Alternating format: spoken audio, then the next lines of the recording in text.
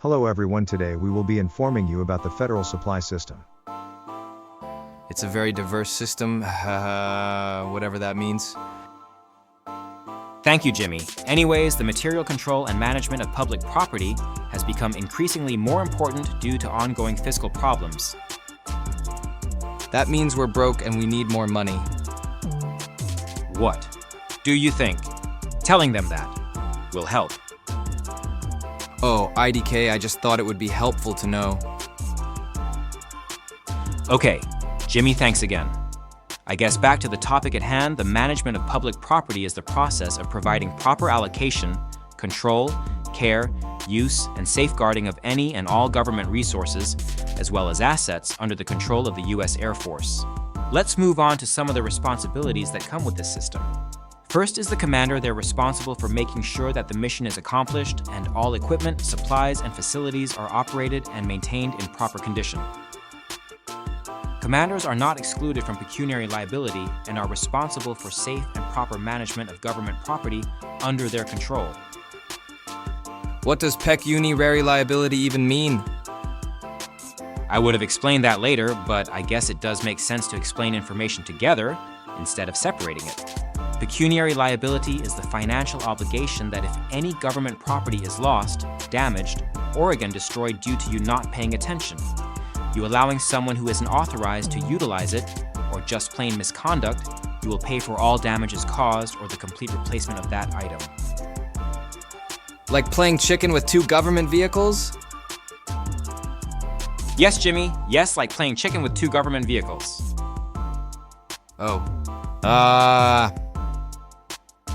For God's sake, Jimmy, are you serious? You know what? Never mind, I will handle that after this. Next, let's talk about the property custodian. This is a person who is appointed by the commander to have their eyes glued to government property. Metaphorically speaking, of course, that's their primary responsibility. I think I'm stuck. Can I get some help? You'll figure something out, Jimmy. Lastly, but most importantly, in my opinion, we have the quote-unquote accountable individuals, which is anyone and everyone that uses public property. All of us are tasked with the duty to safeguard and or maintain public property to include keeping accurate records of all documentation. Even me? Yes, Jimmy, even though I personally wouldn't have you account for anything if I wanted to keep it for any extended period of time.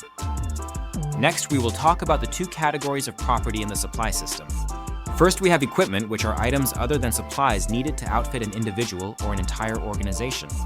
The difference between the two is that organizational equipment items are items required for units to accomplish their primary mission or job, while individual equipment is what I like to call your creature comforts, like your Gore-Tex jacket to keep you from getting wet in the rain, or your thermal undergarments to keep you from freezing in Alaska.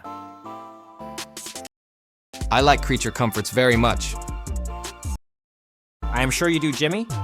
There is one more part of equipment to talk about called the Air Force Equipment Allowance Standards, which is used to prescribe items and quantities of equipment required to perform assigned peace or wartime missions, functions, and duties. Utilizing an AF Form 601 Equipment Action Request, vehicle maintenance shops can request changes to equipment allowance standards. Oh, then could I get a new pair of Jordans? No, Jimmy, you can't get a new pair of Jordans with the equipment allowance standards. Dang, man, that sucks.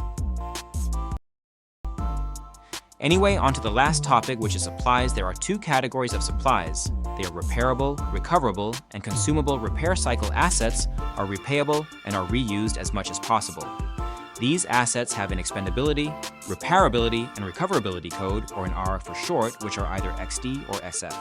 Items that are XD are usually repaired and held by depots like engines and gearboxes for transmissions. Items that are XF are repaired and held by field-level maintenance, usually things like tires.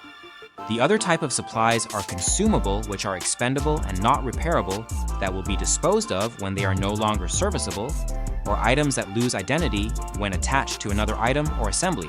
Some examples of this might be a pen, which you would throw away when it runs out of ink, unless you're fancy and have the refillable ones, as well as paper that you put into your printer, and oils that you're put into your vehicles, or grease that you use to lubricate them. Though you should always use caution when disposing of consumable items, for improper disposition may constitute fraud, waste, and abuse, or may violate environmental laws. You know you sure do talk a lot. It's a lot of information, Jimmy. It's important that I touch on as much information as I can. Anyway, thank you all for your time. That will be the end of our explanation of Federal Supply System.